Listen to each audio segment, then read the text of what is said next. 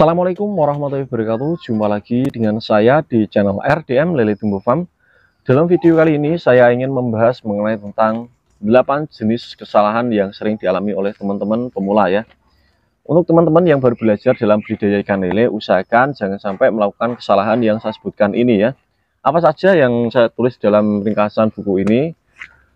Tanpa panjang lebar saya akan jelaskan ya. Oh iya teman-teman ya, jangan lupa dukung channel saya dengan cara klik like dan subscribe ya. Dan tonton video ini dari awal sampai akhir supaya teman-teman tahu dan apa yang saya jelaskan di video kali ini yang sudah saya rangkum dalam buku tulis ini ya.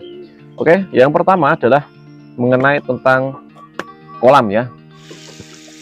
Jumlah kolam ini sering sekali diabaikan oleh teman-teman yang baru belajar dalam budidaya ikan lele. Sebenarnya dalam proses budidaya ikan lele, kolam ini adalah sebagai media tempat yang sangat penting teman-teman perhatikan. Nah, rata-rata dari teman-teman, mereka mengalami kesalahan. Yang pertama adalah jumlah kolam itu hanya cuma satu dalam proses budidaya ikan lele. Nah, sedangkan minimal dalam proses pembesaran ikan lele itu kita harus mempunyai seenggaknya itu 3 buah kolam. Nah, untuk teman-teman ya yang baru belajar, yang mungkin yang sudah ditebar bibit ya, usahakan teman-teman langsung segerakan beli kolam lagi ataupun beli kolam terpal atau buat kolam lagi. Nah, kenapa begitu? Karena dalam proses budidaya ikan lele ini tentunya nanti kita ada proses yang namanya itu penyortiran ya. Nah, selain dari itu, usahakan untuk teman-teman yang baru belajar, kita buatlah kolam yang sederhana tapi dengan kualitas yang bagus ya. Istilahnya sederhana dan bagus adalah mungkin kita bisa menggunakan kolam terpal tapi dengan susunan rangka dengan kayu, tapi dengan yang rangkanya itu yang kuat lah. Jangan membuat kolam dengan yang nggak niat. Istilah kan ada yang panjang-panjang gitu aja ya, nggak dirapikan. Nah, karena untuk budidaya ikan lele, jika kolam kita itu terlihat nyaman dan enak untuk kita lihat, maka kita akan kerasan dalam artian kita nyaman dan kerasan untuk menjenguk kolam kita ya. Jadi seperti itu teman ya. Dan kesalahan yang kedua adalah mengenai tentang pembelian bibit. Nah, saya harap untuk teman-teman yang baru belajar dalam budidaya ikan lele, proses pembelian bibit ini usahakan teman-teman jangan sampai beli VA-COD ya, karena ini bisa sangat berisiko. Nah, selain dari pembelian bibit yang VA-COD, teman-teman jangan sampai membeli bibit di luar kota yang terlalu jauh, karena besar risiko ikan akan stres, sakit, bahkan ikan akan pindah alam secara massal pada hari 1, 2, 3 ya. Karena menurut saya, ini berdasarkan pengalaman saya pribadi dalam proses budidaya ikan lele, kalau tempat kalian ada penjual bibit yang mungkin jaraknya sekitar 1-2 kilo, itu mungkin menurut saya aman ya. Kalau sampai 10 kilo ya, itu sudah nggak aman lagi. Itu akan jauh lebih berisiko ya. Walaupun orang yang ngirimnya itu bilang aman, tapi pada diri kita sendiri itu nyatanya jauh berbeda, karena kita tidak mempunyai skill dan pengalaman mengenai tentang cara perawatan ikan yang stres tadi teman ya. Dan ini saya tegaskan lagi ya, pembelian bibit ini saya sarankan untuk teman-teman itu beli langsung ke tempatnya teman ya, jangan sampai VA-COD kalau bisa ya, karena dengan kita datang ke lokasi kita bisa mengetahui bibit itu kualitasnya sehat atau tidak, dan untuk ukurannya itu sesuai apa enggak, dan untuk mungkin kita bisa mendapatkan lebih lah istilahnya. Dalam artian lebih itu kita bisa bertanya, mendapatkan ilmu ya. Dan itulah fungsi dari kita membeli bibit ke tempatnya. Walaupun kita sibuk ya, kita luangkan waktu untuk kita datang ke tempatnya untuk kita cek ikannya teman-teman ya. Dan yang berikutnya, kesalahan yang ketiga adalah mengenai tentang settingan ketinggian air teman ya. Di sini saya tulis settingan ketinggian air. Nah, itu dalam proses ketinggian air ini, dalam proses budidaya ikan lele ya, itu ketinggian air ini sering sekali diabaikan oleh teman-teman yang baru belajar dalam budidaya ikan lele. Nah, kenapa begitu? Karena mungkin mereka berasumsi kalau ikannya sudah ada ruang gerak, itu mereka sudah berpikir itu ini sudah cukup, nggak usah banyak-banyak airnya, itu boros ya. Padahal ketinggian air itu ada sesuai aturannya teman ya, atau standar. Nah, ketinggian air yang minimal itu mungkin berkisar sekitar 40 ya, 40 cm untuk pembesaran ikan lele teman ya. 40 cm sampai ketinggian 1 meter. Nah, rata-rata dari petani ini berdasarkan survei saya ya, di lapangan mereka menggunakan ketinggian air berkisar sekitar 40 sampai 70 cm saja ya. Nah, walaupun ada juga yang menggunakan 1 meter karena mereka mungkin mempunyai kolam yang strukturnya itu kuat atau kolam tanah seperti itu. Kalau kolamnya mungkin dari rangka-rangka baja ringan, kayu, mungkin ketinggian rata-rata sekitar 40 sampai 50 cm. Nah, untuk ketinggian air ini teman-teman ya, itu teman-teman jangan sampai menggunakan ketinggian air yang pendek ya, karena saya juga menjumpai dari orang yang membeli bibit tempat saya itu menggunakan ketinggian air yang sangat sedikit sekali, dan itu sangat berpengaruh karena dalam pertumbuhan ikan lele kalau ketinggian airnya itu sangat rendah, maka ruang gerak akan semakin terbatas ya, sehingga ikan lele pertumbuhannya akan lama.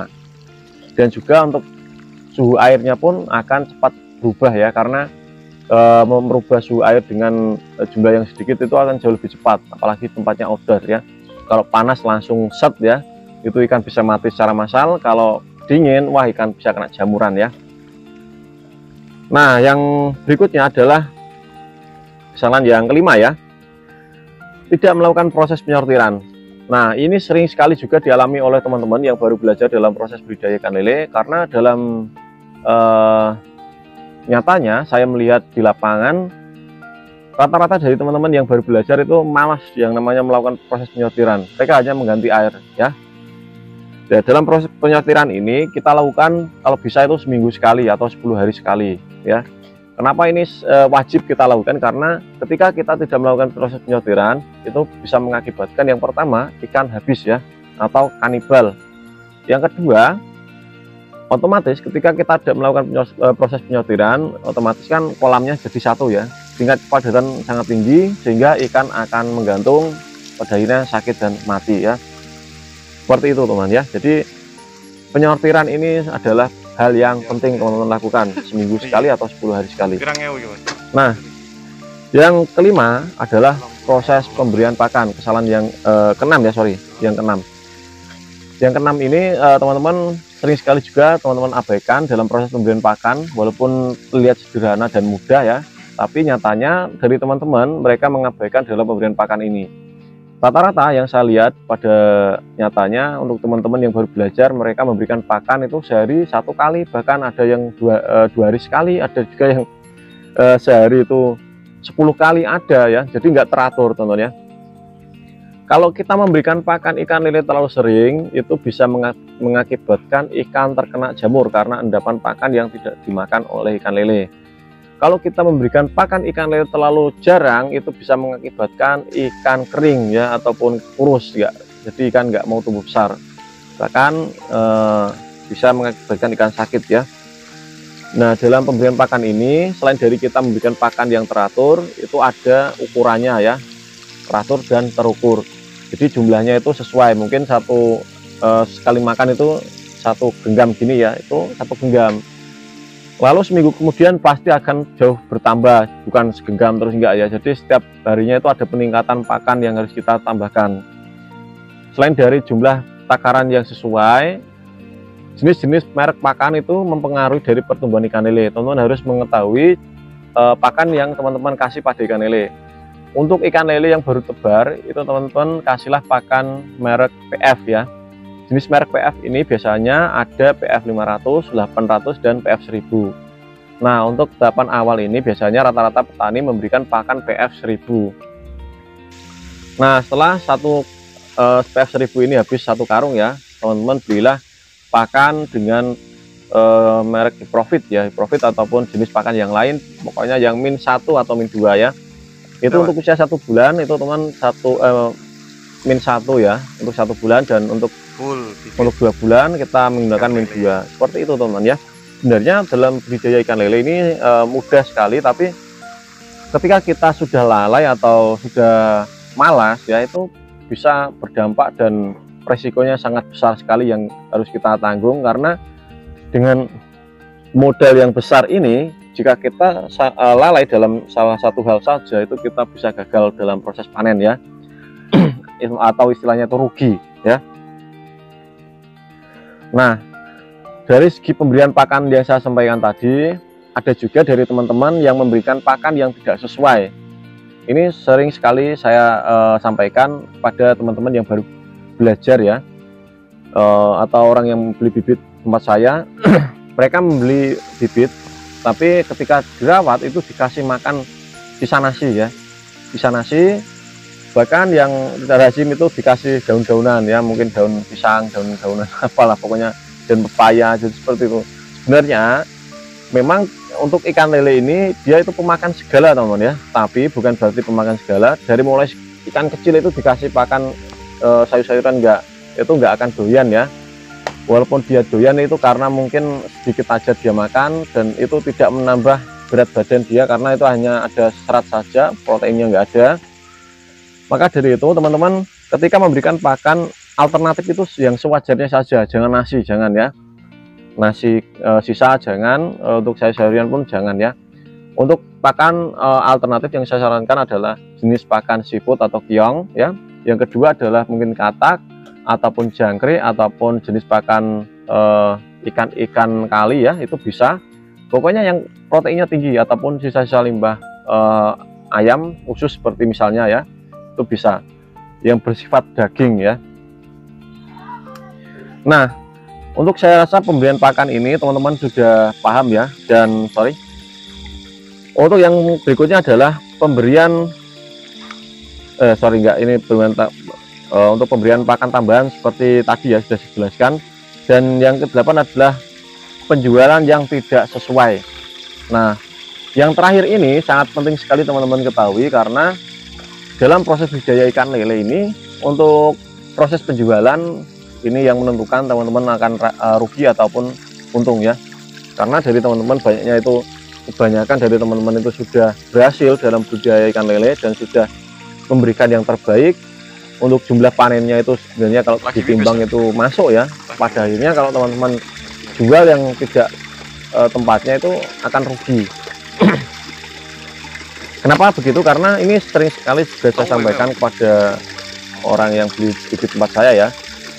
Untuk proses penjualan ikan lele untuk budidaya di bawah 5.000 ekor ya, ini saya sarankan untuk teman-teman kalau bisa jual sendiri, itu akan jauh lebih bagus dan keuntungan akan jauh lebih besar. Dalam budidaya ikan lele ini kan ada penjualan yang namanya itu bakul pastinya, karena teman-teman rata-rata itu pelihara 1-2 ribu untuk pemula ya. Ini saya ngomong berdasarkan fakta ya teman-teman ya. Rata-rata pemula itu budidayanya itu 1.000, 2.000, itulah pokoknya di bawah 5.000 ekor. Mereka kira dengan budidaya segitu itu sudah banyak ya, padahal itu masih jauh ya dari standar untuk panen dengan keuntungan yang besar ya. Ya nggak besar lah, masih lumayan lah ya. Nah, untuk ketika teman-teman budidaya dengan jumlah yang sedikit ini, kalau ingin mendapatkan keuntungan yang besar, itu ada triknya loh ya. Yang pertama, teman-teman bisa tawarkan ke penjual ikan ya, ataupun bakul tapi apa ya istilahnya, penjual maksudnya ikan mateng lah, bukan bakul yang apa kita nampung ikan semua, bukan ya. Jadi kita bisa tawarkan ke Lamongan misal contoh ya. Yang kedua, bisa kita jual sendiri ke pasar, itu akan jauh lebih bagus dan akan mengangkat harga panen. Karena saya juga dulu pernah melakukan hal tersebut teman-teman ya. Itu untungnya itu untuk berapa ya, sekitar nggak ada 1.000 ekor teman ya, itu sekitar 500 atau 700 ekor, itu kita bisa mendapatkan keuntungan 700.000. Itu sudah besar teman-teman ya. Karena dalam proses budidaya ikan lele dulu pertama saya mencoba dalam pembesaran ikan lele itu mendapatkan keuntungan dengan jumlah segitu itu pokoknya mantep lah. Itu tahun berapa ya, kalau nggak salah itu tahun 2019 atau 2020, sekitar tahun itulah. Dan untuk harga waktu itu, harga ikan lele di bakul itu sekitar 18.000, 19.000. Kalau sekarang udah naik 20.000 ya teman-teman. Dan untuk teman-teman sendiri, jangan sampai teman-teman kalau pelihara ikan lele itu dengan jumlah sedikit dijual ke bakul ya, karena itu akan sudah nanti ada potongan timbangan ya, karena setiap 10 kilo itu kita dipotong setengah kilo kalau nggak salah, atau sekilo ya. Masih harganya jauh dari pasar ya, selisih 5.000 per kilo. Kalau kita panen 1 kuintal itu kita rugi sekitar, mungkin kalau ini dinominalkan ya, kalau kita jual sendiri itu kalau 100 kilo, berarti 5.000 kali 100 itu berapa tuh? Lumayan kan? Kalau kali 10 sekitar 50.000. Kalau kali 100 berarti ya sekitar 500.000. 500.000 mungkin, tapi untuk prosesnya sendiri akan jauh kita lihat lebih mudah kita jual di tengkulak ya atau bakul. Tapi walaupun prosesnya itu kita jual sendiri itu agak panjang, tapi untungnya lumayan. Dan kita bisa mendapatkan apa ya, pengalaman juga, dan mental kita bisa latih ya. Oke teman-teman ya, mungkin itu saja yang bisa sampaikan untuk teman-teman. Jika ada suatu kesalahan dalam video ini, saya mohon maaf yang sebesar-besarnya untuk teman-teman. Dan semoga video ini bermanfaat untuk teman-teman ya. Jangan lupa teman-teman dukung channel saya dengan cara klik like dan subscribe. Dan saya akhiri video ini dengan kata assalamualaikum warahmatullahi wabarakatuh. Salam tani kanen Nusantara, salam jos ya, sukses selalu untuk teman-teman.